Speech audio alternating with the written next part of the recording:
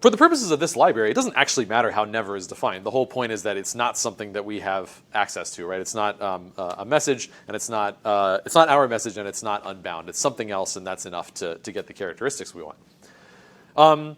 It would also be enough for never to be an opaque type, to say that never is something that she has defined in her package and does not expose any variance for. So it's opaque. We don't know how to make one. We just know that it exists, and we don't have a way to make one, so that's enough. As it happens, never goes even further than that. Here's how never is defined. Type never equals one more never. So even in the module where this thing is defined, you can't make one. And to prove it to you, let's try and make one. So we have one variant, so that's the only way we can try and make one. And that one variant takes a never. How do we make a never? Well, we have to use this variant. So we'll call my never, never. And we're going to call one more. And how, what do we pass that? Oh, we have to pass that a never. How do we get a never? Okay, well, we call one more. How do we get a never to pass to that one? Oh, well, we call one more. Right? It never ends. It's not possible to finish this expression with anything that's ever going to compile, because it refers to itself. You have to provide it itself in order to get one. It's a catch-22 type, if you will.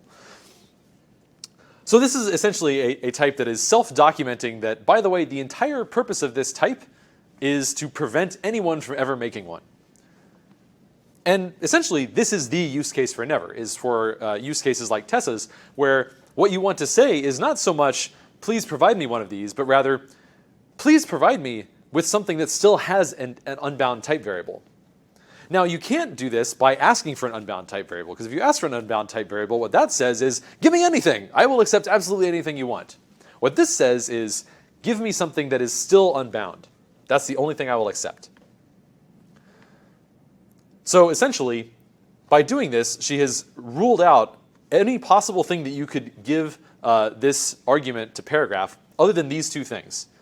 Either a list of attributes that are still unbound, or being one step more general, a list where the entire list is unbound. So empty list, or a list of attributes, all of which do not produce messages. Those are the only two possible types that this will accept.